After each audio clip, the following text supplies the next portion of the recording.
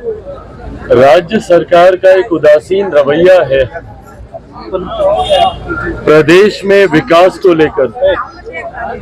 आज जिस तरीके से दिशा की बैठक में अधिकारियों का एक उदासीन रवैया देखने को मिला, ये पुनः उसी सोच को दर्शाता है जिस सोच के साथ मौजूदा बिहार सरकार कार्य करती है, जहां पर विकास के कार्यों से इस सरकार को कोई लेना देना नहीं।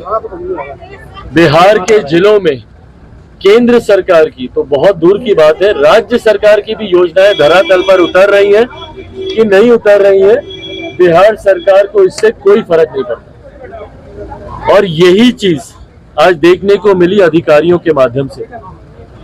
जो गति विकास की योजनाओं को मिलनी चाहिए, जिस तत्परता से केंद्र सरकार, हम तमाम जनप्रतिनिधि जिस तत्परता से हम लोग लगे हुए हैं, उतनी तत्परता से अगर बिहार सरकार के अधिकारी कार्य करें तो यकीनन बिहार को हम लोग एक विकसित राज्य हम लोग बना सकते। पर बिहार में जिस तरीके की तस्वीरें सामने आती, आप अस्पताल की तस्वीर देख लीजिए। कुछ दिन पहले जिस तरीके से जमुई के अस्पताल, सदर अस्पताल की तस्वीरों ने न सिर्फ बिहार को देश के सामने शर्मसार किया, बल्कि पूरे देश को दुनिया के सामने शर्मसार किया। और ऐसे कई उदाहरण हैं जो अधिकारियों की लापरवाही की वजह से देखने को मिलते हैं। और उसमें कई ऐसे अधिकारी हैं जो अपने आप को जवाबदेह तक नहीं मानते, जो इस दिशा की बैठक में आना तक वो लोग जरूरी नहीं समझते, क्योंकि उनको फर्क नहीं पड़ता कि जिले में विकास के कार्य हो या ना हो। जब प्रदेश के मुख्यमंत्री को ही फर्क नहीं पड़ता, यहाँ पर हम लोग को चिंता है बिहार में शिक्षा की, स्वास्थ्य की। मुख्यमंत्री कल दिल्ली गए अपनी आंख दिखाने। अब वो अपने गठबंधन को आंख दिखा रहे हैं या सही में वो आंख दिखाने गए, भाई वो तो वही जानेंगे। पर वो दिल्ली गए हैं आंख दिखाने, एम्स में कल गए थे, क्योंकि मुख्यमंत्री जानते हैं कि बिहार में अगर कभी उनको जाके अपना इलाज कराना पड़े तो जमुई के शायद सदर अस्पताल जैसी तस्वीरें उनसे जुड़ी हुई भी संभवतः सामने आए। कितने ऐसे विद्यालय हैं जो कि जर्जर हालत में हैं, और वहीं पे डीओ साहब इस बैठक में आना जरूरी नहीं समझते। बरनार जलाशय योजना महत्वपूर्ण योजना है, पर वन विभाग से जुड़े हुए अधिकारी इस बैठक में आना जरूरी नहीं समझते। ये इस सरकार के रवैये को दिखाता है। भाई जरूरी है दलगत राजनीति से उठकर विकास के कार्यों को गति दे। जरूरी है कि भाई जब ऐसी बैठकें हो तो उसमें अधिकारी कम से कम मौजूद हो, या कम से कम अपने रिप्रेजेंटेटिव्स को तो वो भेजें जो उनकी गैर मौजूदगी में उनसे विभाग से जुड़े हुए विषयों की जानकारी कम से कम मौजूद वहां पर तमाम सदस्यों को दे सकें, ताकि उस पर हम लोग आगे कार्रवाई कर सकें। हम लोगों ने तो यहाँ तक आश्वासन दिया भैया कि हम लोग राज्य सरकार के साथ मिलकर हम लोग काम करने को तैयार हैं। जहां तक बात आती है बिहार में विकास की, राजनीतिक मतभेद एक तरफ, पर मुझे कोई ऐतराज नहीं है भैया जाकर अलग अलग विभाग के मंत्रियों से मिलने में। पीएचडी विभाग के मंत्री से मैं निरंतरता में संपर्क में हूं, क्योंकि पेयजल से जुड़ी हुई एक भयंकर समस्या जमुई में उत्पन्न होती जा रही है, और उस विभाग के अधिकारियों को यहाँ पर जानकारी तक नहीं है उस विभाग से जुड़ी हुई समस्याओं को लेकर। ऐसे में ही कितनी और ऐसी समस्या है, यहाँ पर आप जाकर आप अधिकारी महोदय से पूछिए रोपनी को लेकर, तो भाई वो आंकड़े देंगे कि यहाँ पर ऑन एन एवरेज 70 से 75% रोपनी हुई है। सोचिए, जहां हम लोग मांग कर रहे हैं कि जमुई को सुखाड़ घोषित किया जाए, वहां पर इनके अधिकारी कागज दिखा रहे हैं। और कुछ कुछ तो प्रखंड ऐसे हैं जहां पे 90-95% इन लोगों ने आंकड़े दर्शाए रोपनी को लेकर। कुछ ऐसे प्रखंड हैं जहां पे 80 से 85%, और अधिकांश प्रखंड ऐसे हैं जहां पे 60-75% से 60-65% से ज्यादा रोपनी हुई है। और जब हम लोग जिले में भ्रमण पे जाते हैं तो यहाँ के किसान बताते हैं कि कम बरसात की वजह से उनको कितनी कठिनाइयों का सामना करना पड़ रहा है, और इनके अधिकारी कुछ और आंकड़े दे रहे हैं। और वो आंकड़े एक बंद कमरे में बैठकर पंखा एसी चलाकर बनाए गए वो आंकड़े बोल रहे हैं कि हम लोगों ने अपने प्रखंड पदाधिकारियों के माध्यम से वो आंकड़े मंगवाए, वीडियो के माध्यम से वो आंकड़े मंगवाए, पूछिए इनके वीडियो से जाकर।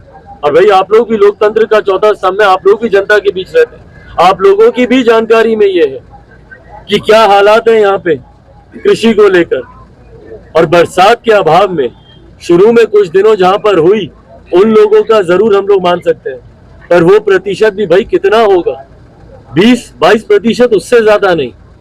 तो ऐसे में जब एक बड़ी संख्या किसानों की जब सुखाड़ से प्रभावित है, तो क्यों नहीं जिले को भाई हम लोग सुखाड़ घोषित करेंगे।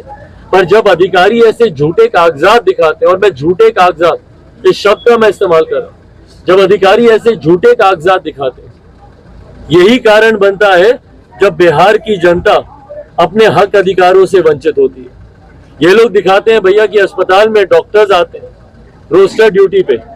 कितनी बार हम लोग गए हैं भाई, जब हम लोगों ने जाकर निरीक्षण किया, आप लोगों ने जाकर कितनी ऐसी रिपोर्ट दिखाई है जो रोस्टर ड्यूटी पे भी जिन डॉक्टर्स को होना चाहिए वो अपनी ड्यूटी पर नहीं होते, अपने निजी क्लिनिक पे संभवतः वो लोग जरूर मिल जाएंगे। तो ये दर्शाता है भैया कि बिहार सरकार की क्या सोच है।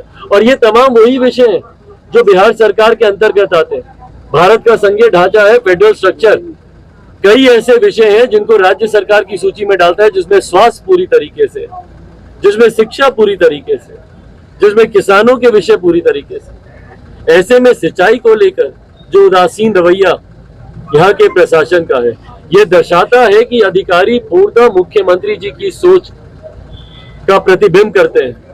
जैसे मुख्यमंत्री को फर्क नहीं पड़ता बिहार में विकास से, वैसे ही उनके अधिकारियों को फर्क नहीं पड़ता कि जमुई जिले की जनता जिए या मरे।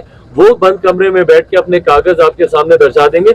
आप वो रिपोर्ट देखिएगा जो हमारे पास जो पेश की गई है, उसके हिसाब से इससे ज्यादा खुशहाल जिला कोई नहीं हो सकता। इनकी रिपोर्ट के हिसाब से बिहार से ज्यादा खुशहाल प्रदेश कोई नहीं हो सकता। जबकि रह रहकर कई ऐसी अनियमितताएं हैं जो सामने आती है, जिसपे अगर हम लोग तत्परता ना दिखाएं, हम लोग के कार्यकर्ता वॉलंटियर्स के तौर पर जाकर अगर इन लोगों के गलत कार्यों का अगर निरीक्षण ना करें और इनको जवाबदेह ना बनाए, तो आज की तारीख में बिहार के हालात वैसे ही इतने बदतर है, बद से बदतर और हालात हो जाए अब जिस तरीके से इन लोगों का रवैया है।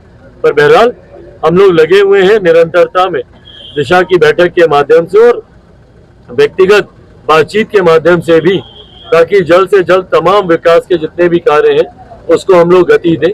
लक्ष्य देश के प्रधानमंत्री ने 2047 का रखा है, देश को एक विकसित राज्य बनाने का, देश को एक विकसित देश बनाने का।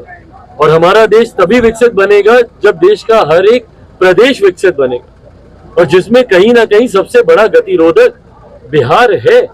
बिहार को जिस तरीके से विकास की राह पर आगे बढ़ना चाहिए, बनिस्बत बाकी राज्यों के बिहार तो वैसे नहीं बढ़ पाया।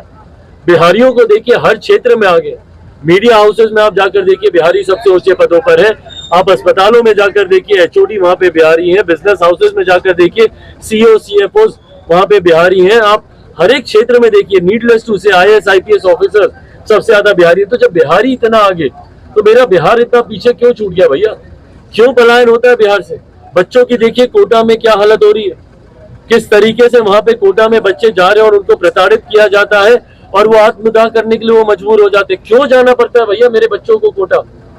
क्यों पटना या जमुई या भागलपुर या मुजफ्फरपुर, क्यों ये शहर एजुकेशनल हब नहीं बन सकते? पर उस दिशा में कोई बात ही नहीं करता। और इसीलिए जब 2047 में हम लोग विकसित देश के निर्माण की हम लोग बात करते हैं, जरूरी है बिहार जैसे राज्य भी। और ऐसे में बिहार के नेतृत्वकर्ताओं को, नीति निर्धारकों को जात पात धर्म मजहब से उठकर और दलगत राजनीति से उठकर जरूरी है ये लोग देश के हित में फैसला लें, नेशन को सबसे आगे रखकर, नेशन फर्स्ट की सोच के साथ ये लोग काम करें। तभी हम लोग अपने प्रदेश को भी विकसित बनाएंगे और देश को भी विकसित बनाएंगे।